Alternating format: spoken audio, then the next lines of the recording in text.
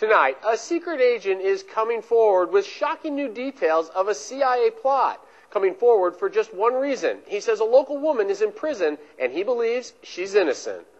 This is the face of a young Rochester Hills woman named Dawn Hanna. Prosecutors say it's also the face of an American traitor trying to help the enemy on the verge of a war. But the defenders have discovered there is a much bigger picture. It's a tale never told before, a covert CIA mission, espionage, and secret agents attempting to topple Saddam Hussein. But they needed this local woman to get the job done. I was willing to go to that extreme, sacrifice my life. Tonight, this secret agent putting his life on the line, revealing his face and his name. Imad El-Yawer, coming forward against the advice of almost everyone. All those people gave their lives, Americans and Iraqis and others, for what? So that innocent people go to jail? Dawn Hanna was forced to leave her family in Oakland County to report to prison in Kentucky.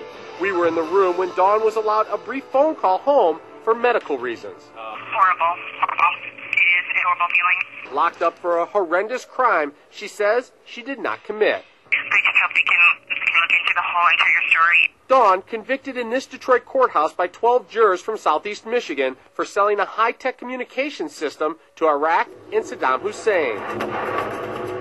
But tonight, you will hear what the Michigan jury never did. The plan to sell Saddam Hussein communications equipment was our idea. The United States CIA secretly trying to give Saddam Hussein a communication system with hidden spyware installed, allowing the U.S. government to listen in on Hussein's conversations.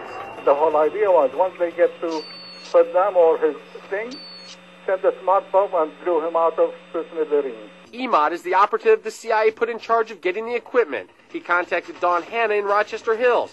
Dawn and her brother Darren had a small company with a reputation for acquiring and delivering equipment overseas. She's sitting in prison knowing she didn't know this was going to Iraq. Darren was also criminally charged, but the jury acquitted him due to a lack of evidence. He says his sister was told specifically the equipment was for a company in Turkey. They just carved that out and made up a whole different story.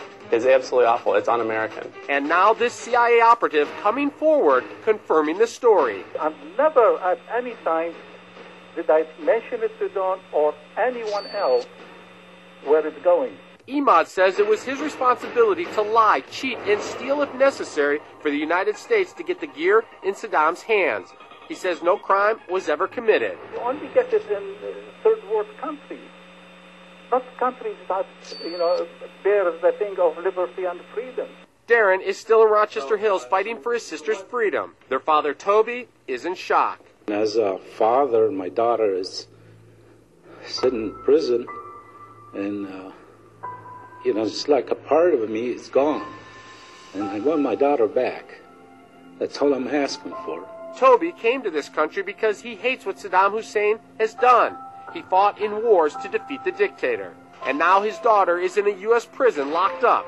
Toby says it's because the jury never heard the real story. I just want my girl back. I want her to come back home.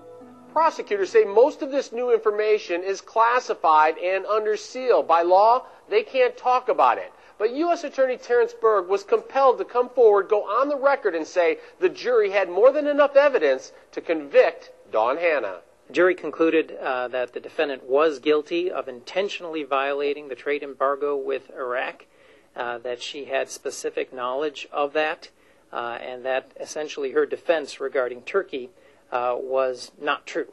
Berg says Dawn Hanna was sentenced to 6 years in prison because she committed a serious crime, adding that the judge found this new information not important enough to warrant a new trial.